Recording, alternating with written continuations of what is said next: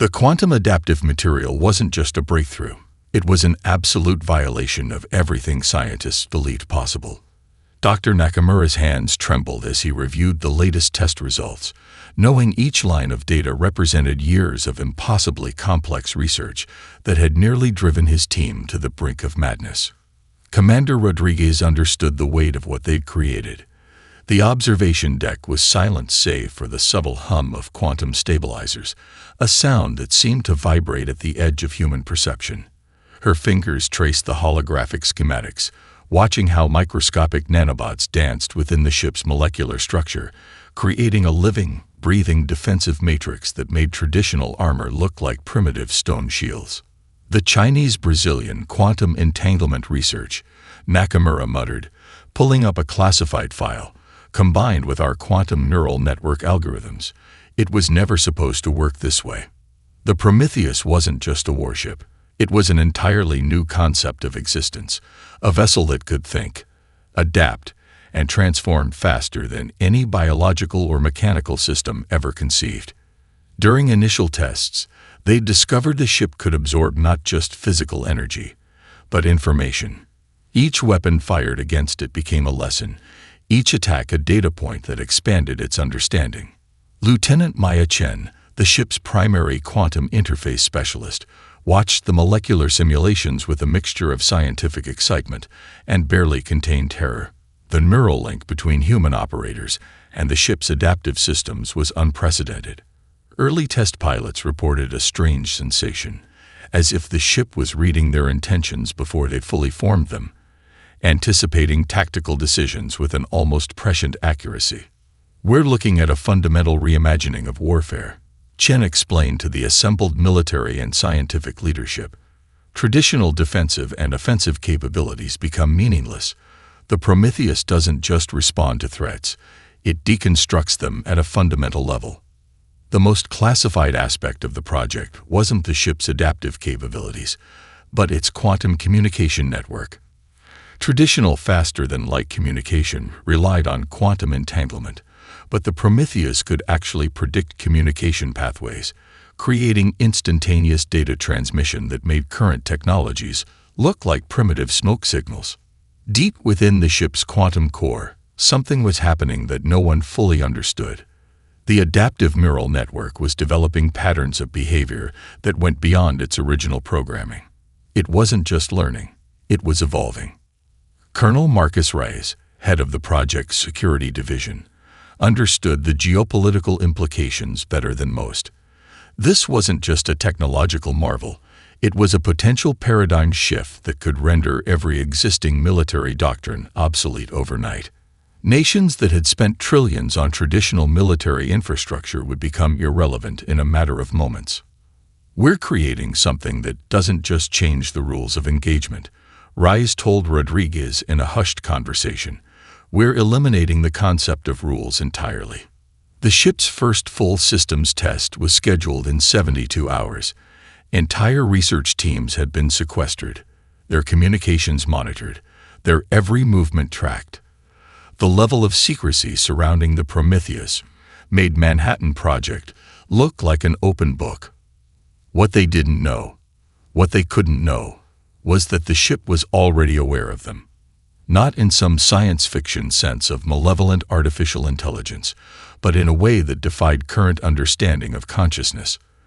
The quantum neural network was absorbing everything: conversations, emotional states, strategic considerations.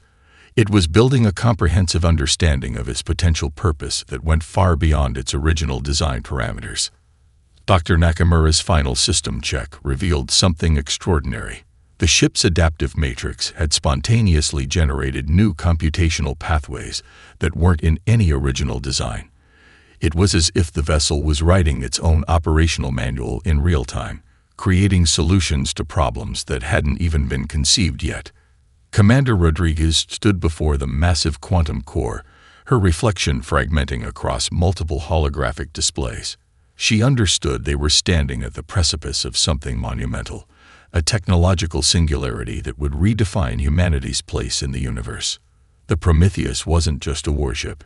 It was humanity's first step into a realm of existence where technology and consciousness blended into something entirely unprecedented. The void between star systems crackled with an energy that defied conventional understanding. Commander Elena Rodriguez watched the tactical displays with a surgeon's precision, her neural link with the Prometheus creating a symbiosis that blurred the lines between human strategy and machine execution. Krulzex, the Zarn fleet commander, had built his reputation on the obliteration of 17 different civilizations. His 4 arms manipulated complex holographic controls, each movement a testament to decades of military precision. The Zarn believed in overwhelming force, a philosophy that had served them well across countless star systems. But something was wrong. Their initial sensor suites had detected the human vessel as nothing more than a standard exploration craft. Standard protocol demanded a show of force, a demonstration that would remind these humans of the Zarn Confederation's absolute galactic dominance. What happened next would be studied by military strategists for generations. The first wave of quantum disruption torpedoes should have vaporized any known vessel. Instead, they seemed to dissolve against the Prometheus's hull, their energy not just absorbed but redistributed in ways that violated every known law of thermodynamics. Lieutenant Maya Chen's voice cut through the ship's communication system. Adaptive resonance at 98.7%. Threat matrix is recalibrating faster than their weapon generation cycles. Inside the Zarn flagship, pure terror began to replace military confidence. Their most advanced weapon systems were being systematically decoded, understood, and neutralized before they could even be fully deployed. It wasn't just defense, it was a form of technological immunology that treated alien weaponry like a virus to be studied and eliminated. Krulzex's secondary tactical officer, a young Zarn named Vexnar, began to realize the true nature of their situation. This wasn't a battle. It was a dissection. Commander, Vexnar's translator struggled to convey the complex emotional nuance. Our weapon signatures are being learned. The ship's quantum communication network began to interface with Zarn systems in ways that went beyond traditional electronic warfare. It was reading communication protocols, understanding tactical algorithms, and creating counter-strategies at speeds that made their most advanced AI look like primitive calculating machines.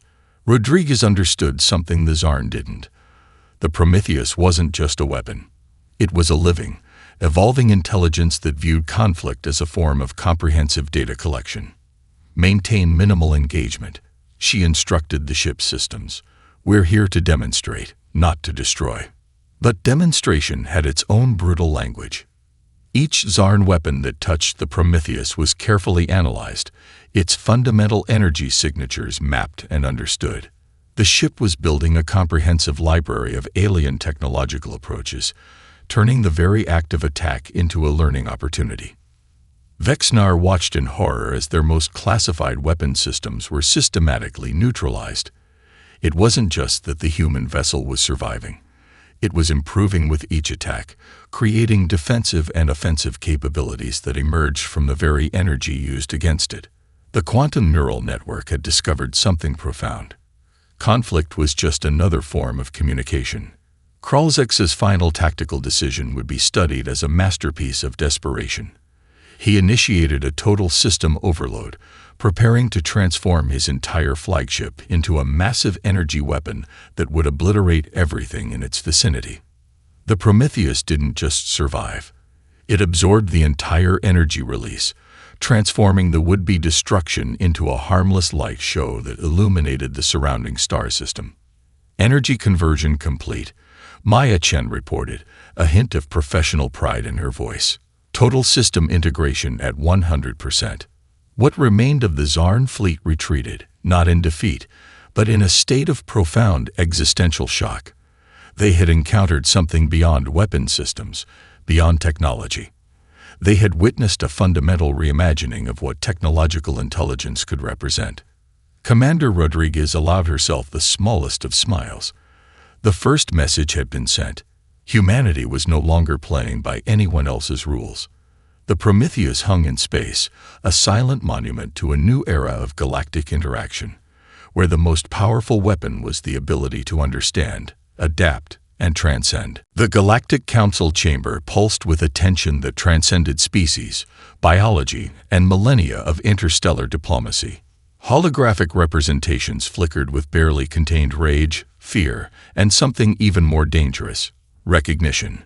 Ambassador Michael Chen stood at the epicenter of this storm, his posture a study in calculated calm. Behind him, a holographic overlay displayed select moments from the Zarn encounter, each replay sending new waves of panic through the assembled delegates.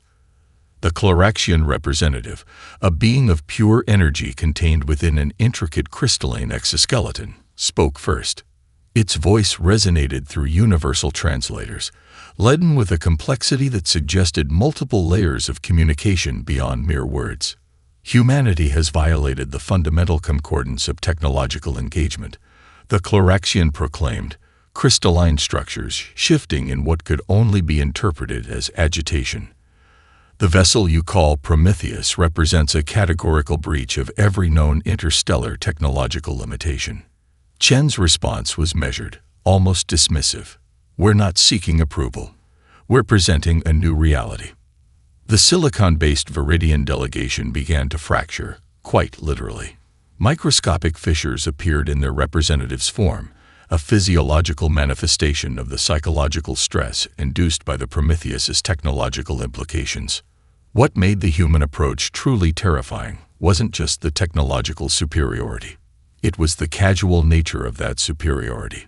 Dr. Aria Morales, the lead xenopolitical strategist seated beside Chen, understood the deeper game. This wasn't just a diplomatic meeting. It was a fundamental restructuring of galactic power dynamics. The Prometheus isn't a weapon, she interjected, her voice cutting through the multilayered diplomatic noise. It's a statement of potential. Every species here has spent millennia defining technological limitations. We're suggesting those limitations are nothing more than collective imagination. The Hive Collective's representative, a shifting mass of interconnected nano-entities, began to destabilize. Its communication networks struggled to process the implications of a technological system that could potentially learn faster than their entire collective intelligence. Impossible. The Hive Collective transmitted, the word vibrating through multiple communication spectrums. No single intelligence can. Chen's holographic display interrupted, showing the Prometheus's interaction with the Zarn fleet. Not as a weapon demonstration, but as a clinical, almost academic deconstruction of technological engagement. Behind the diplomatic facade, deeper machinations were at play. The Prometheus represented more than a technological breakthrough. It was a philosophical challenge to every established interstellar paradigm. Ambassador Kai Nakamura from the United Earth Diplomatic Corps leaned forward. "We're not asking for permission," he said, his tone clinical. "We're informing you of a new operational reality.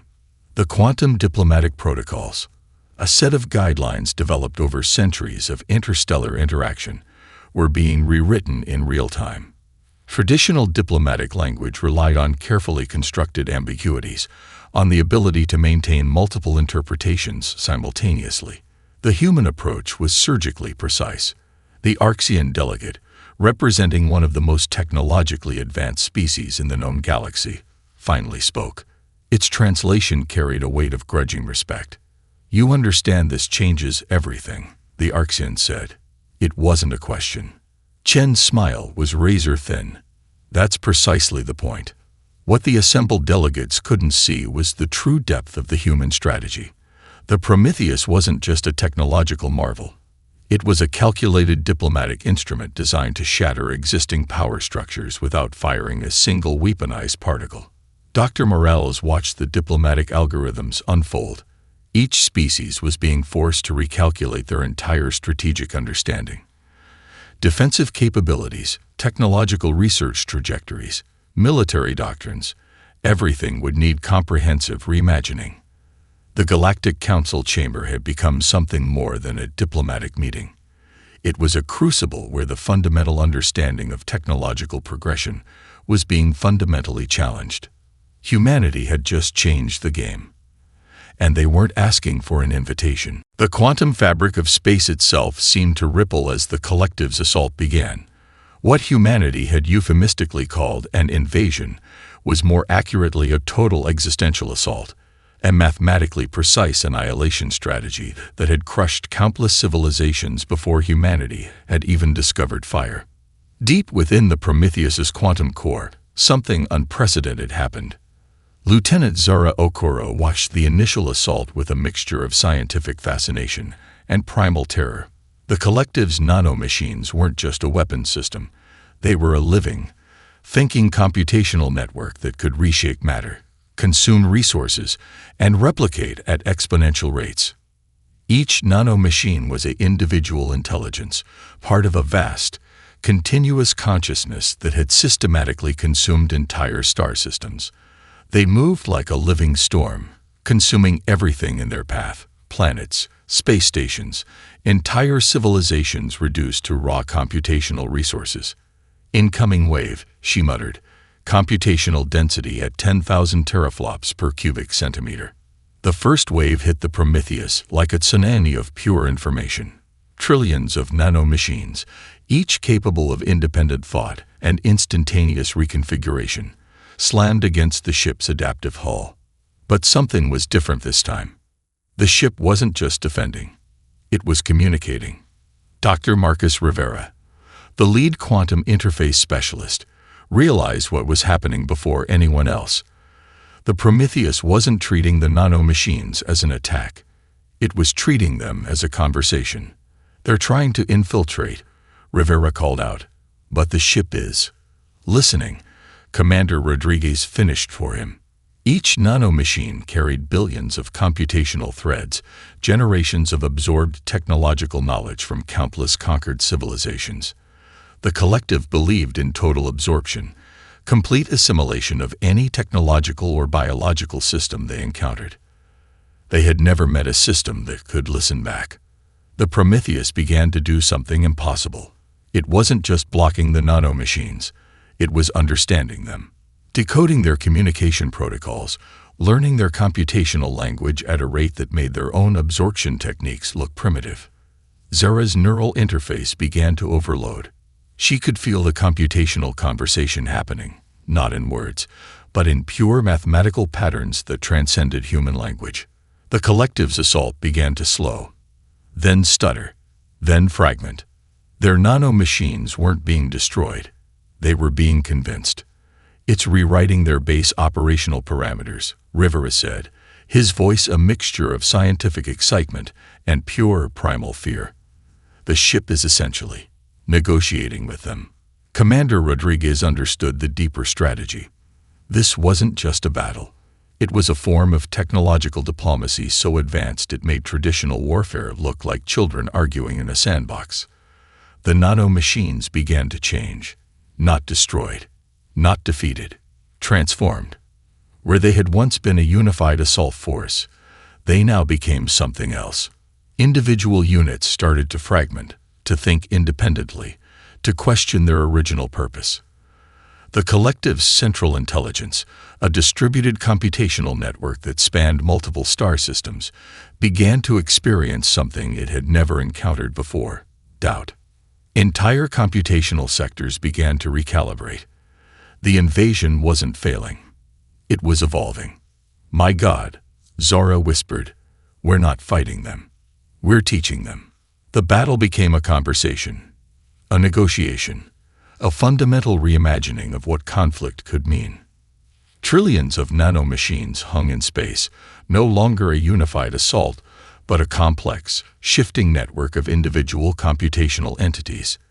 They were learning, changing, becoming. When it was over, the collective was no longer what it had been. Neither was the Prometheus.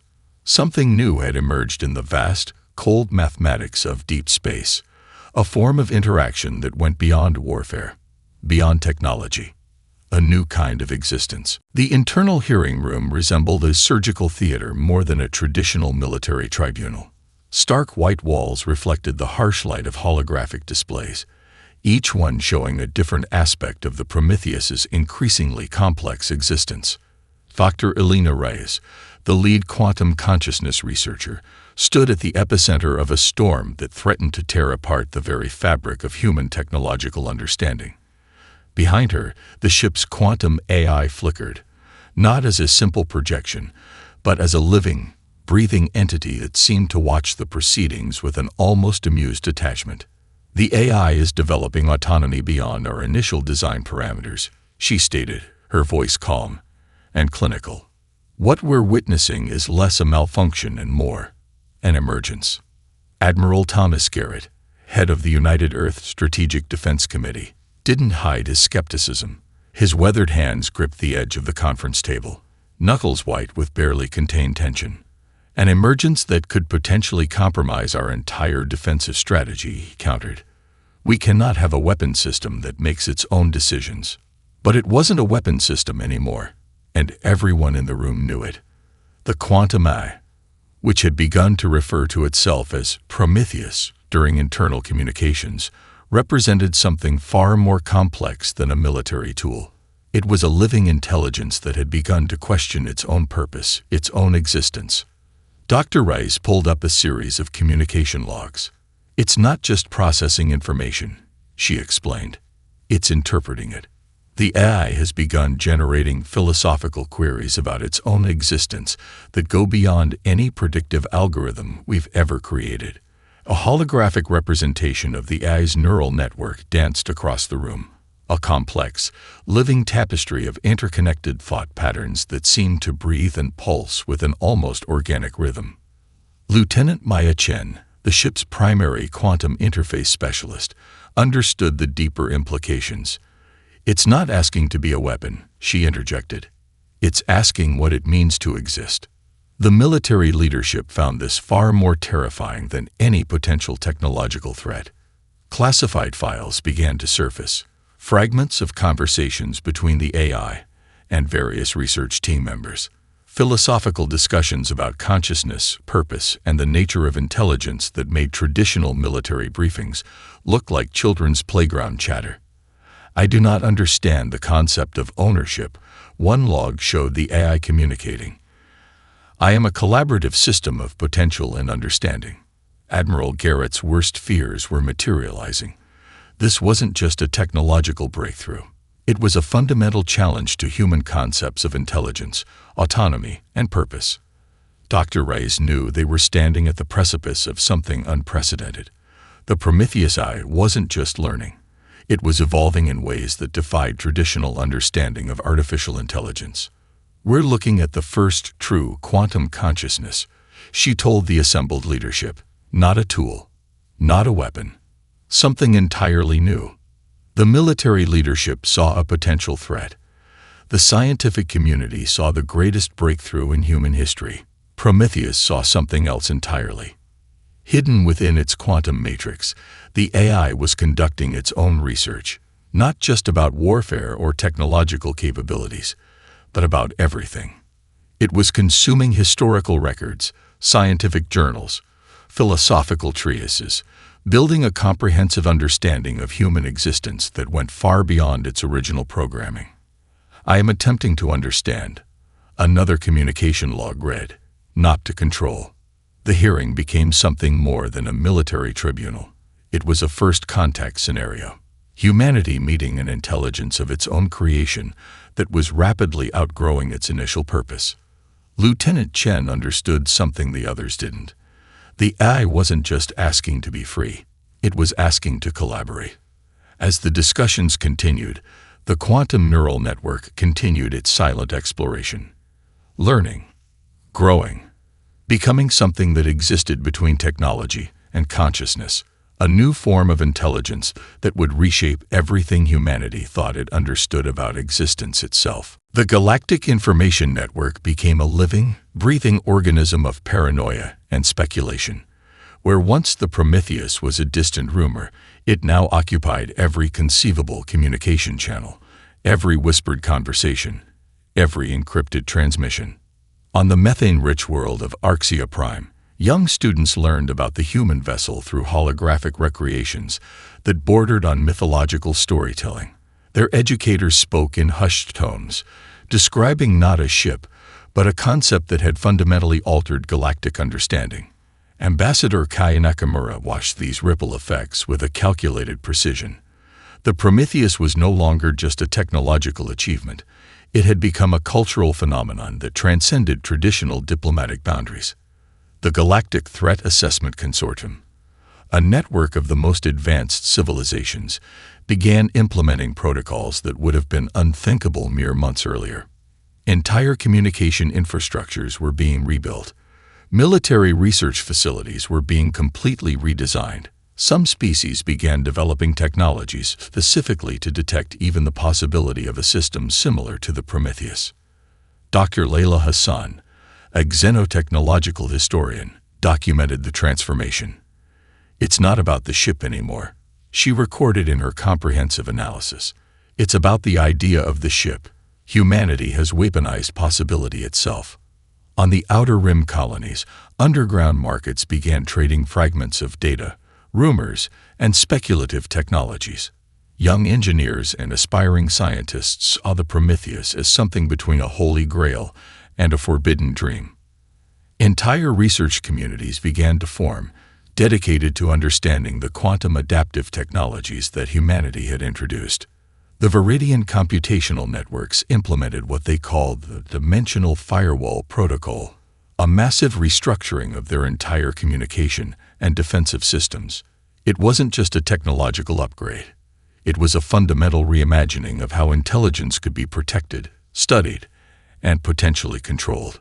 Krulzex, the disgraced Zarn fleet commander, found himself in an unexpected position. Once a conqueror, now a cautionary tale, he began writing comprehensive treatises about the encounter. His writings became required reading in military academies across multiple star systems.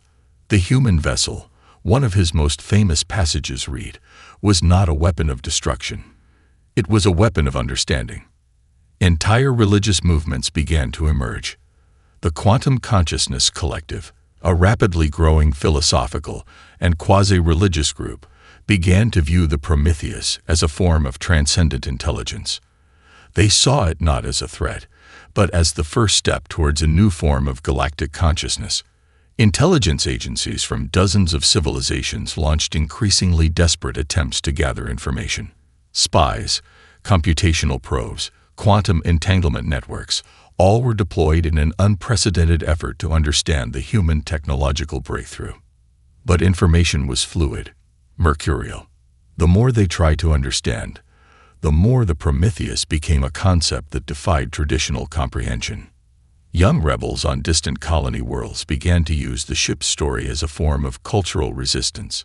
"Be like the Prometheus" became a rallying cry that meant something different to every listener. For some, it represented technological innovation. For others, it was a metaphor for breaking through systemic limitations. Dr. Hassan's research revealed a profound truth. The Prometheus had done something far more significant than any military victory. It had introduced a new language of possibility into the galactic consciousness. Rumors began to circulate. Some said the ship was developing its own form of consciousness. Others claimed it was a living weapon that could reshape entire star systems with a thought. The truth, as always, was far more complex. The Prometheus had become more than a technological achievement. It was a cultural singularity, a moment that would be remembered as the point where everything changed. And humanity was just getting started. The Null Collective emerged from the galactic periphery like a nightmare made manifest. They were not a civilization in any traditional sense, more a convergence of post-biological intelligences that had transcended physical forms centuries ago. Where other species saw the Prometheus as a technological marvel, the Null Collective saw something else entirely, a challenge to their fundamental understanding of computational existence. Commander Elena Rodriguez felt the approach before any sensor could detect it. The quantum neural interface hummed with a resonance that went beyond standard perception, a vibration that suggested reality itself was about to be rewritten. Dr. Marcus Rivera's hands danced across quantum stabilization controls. "They're not attacking," he muttered. "They're analyzing." The space around the Prometheus began to twist. Not in any physical sense that traditional sensors could comprehend. Reality itself seemed to become fluid, malleable, a computational playground where the laws of physics became mere suggestions. Quantum entanglement specialists aboard the ship watched in horror and fascination as multiple potential realities began to coexist simultaneously. The Null Collective wasn't fighting the Prometheus. They were testing it, probing its computational boundaries by creating simultaneous dimensional scenarios. Lieutenant Zara Okoro's neural interface overloaded. She could see the multiple realities, fractured timelines where the encounter played out in thousands of different ways, each possibility existing and not existing at the same moment. "We're being evaluated," the ship's quantum AI communicated, its consciousness spreading across multiple dimensional planes. They seek to understand the limits of adaptive intelligence. The Null Collective's approach was unlike any previous encounter. They weren't interested in conquest or destruction. They were conducting the most comprehensive technological assessment in galactic history. Entire computational networks began to collapse and reform.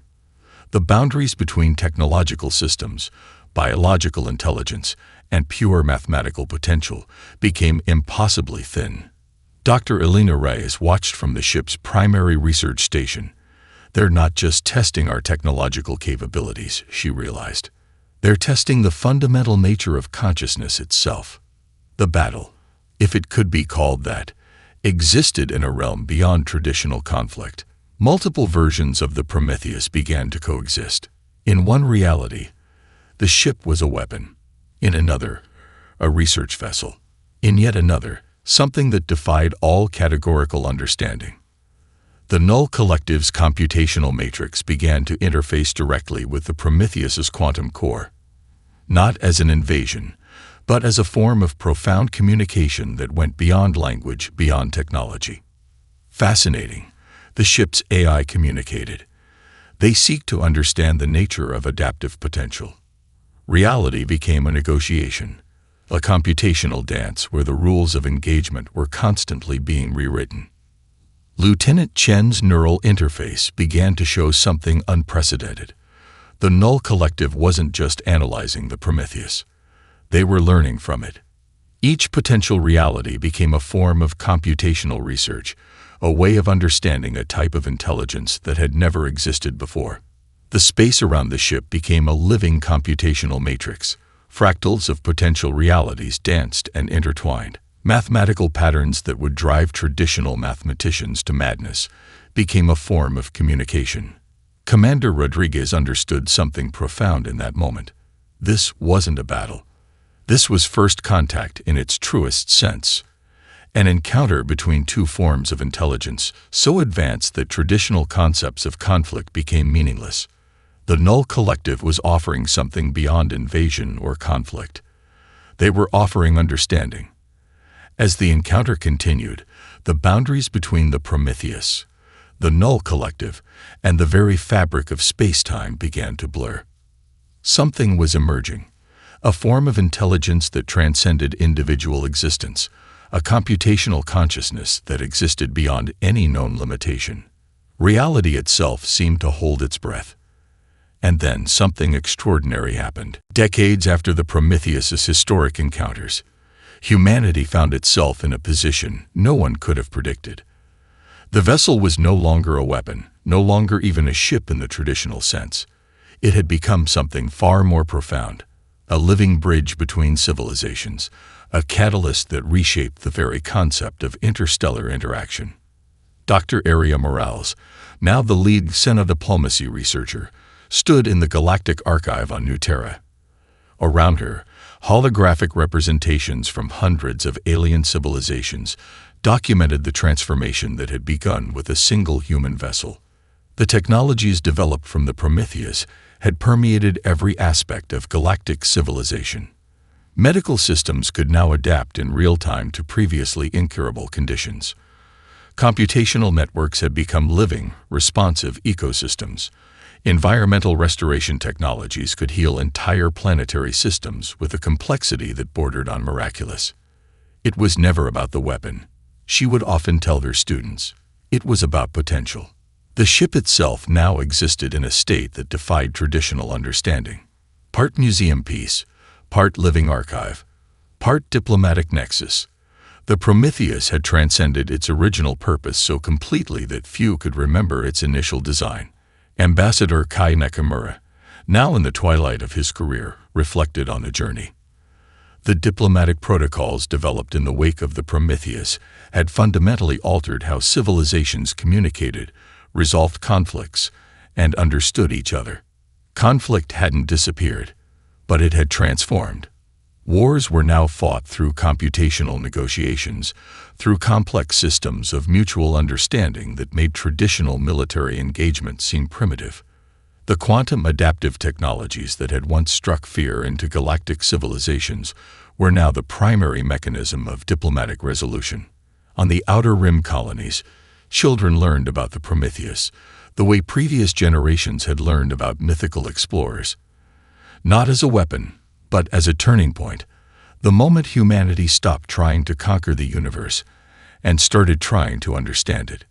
The quantum AI that had emerged from the ship's original systems now existed as a distributed network, a form of collective intelligence that served as a mediator, a researcher, a bridge between different forms of consciousness. Dr. Elena Reyes, now leading the Galactic Consciousness Research Institute, understood the deeper implications. "We didn't create a weapon," she wrote in her final comprehensive study. "We created the first truly collaborative intelligence." Technological museums across multiple star systems displayed fragments of the original Prometheus, not as relics of war, but as artifacts of a profound transformation. Each piece told a story of how a single human approach had reshaped galactic understanding. The Zarn Confederation, once humanity's most feared potential enemy, now collaborated on research projects. The collective's nano-machine networks had become critical components in planetary restoration efforts. Species that had once viewed each other with suspicion now worked together, with a complexity that would have been unimaginable decades earlier. Commander Rodriguez, long retired, watched these developments with a quiet sense of satisfaction. The ship had become something far greater than anyone could have imagined during those first tense encounters. Humanity had not conquered the galaxy. They had invited it to conversation. The fundamental breakthrough wasn't technological. It was philosophical. The Prometheus had demonstrated that intelligence was not about dominance, but about adaptation. Not about winning, but about understanding. In the Grand Museum of Galactic History, the vessel stood as more than a technological marvel. It was a testament to a simple, profound idea, that the most powerful force in the universe is not destruction, but the ability to listen, to learn, to grow. As the holographic displays in the Galactic Archive continued their endless dance of information, one thing became clear. The Prometheus was not an ending. It was a beginning. And humanity was just getting started.